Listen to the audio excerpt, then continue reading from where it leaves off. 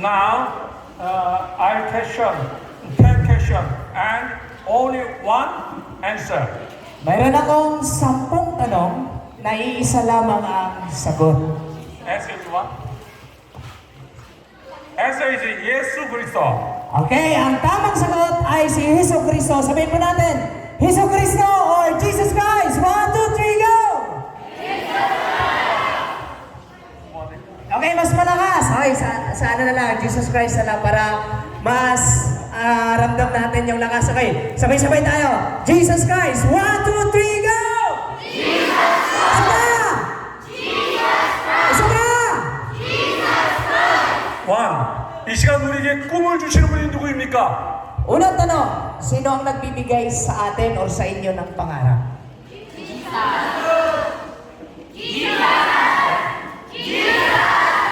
Two.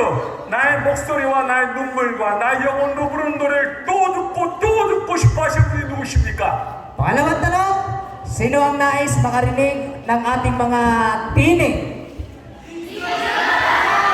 Three. 내 모습이 죄로 인해 보이지 않자 자신의 피로 내 죄를 닦아주신 분이 누구십니까?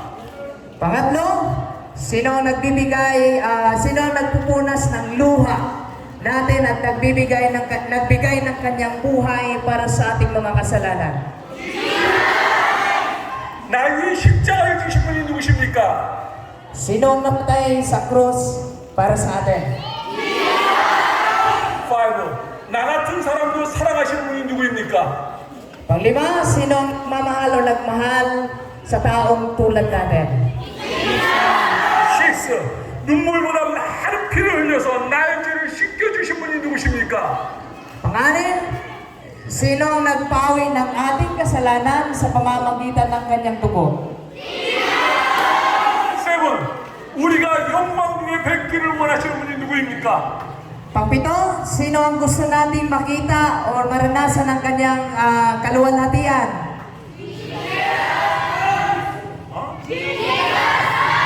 Eight. 우리가 소리 높여 찬양할 분이 누구입니까?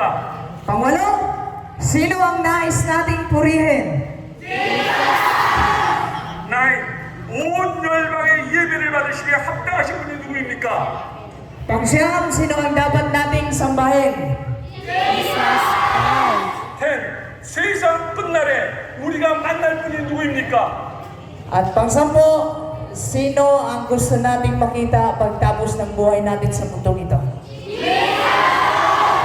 Jesus Christ. Okay, sabay-sabay tayo. 1, 2, 3, go!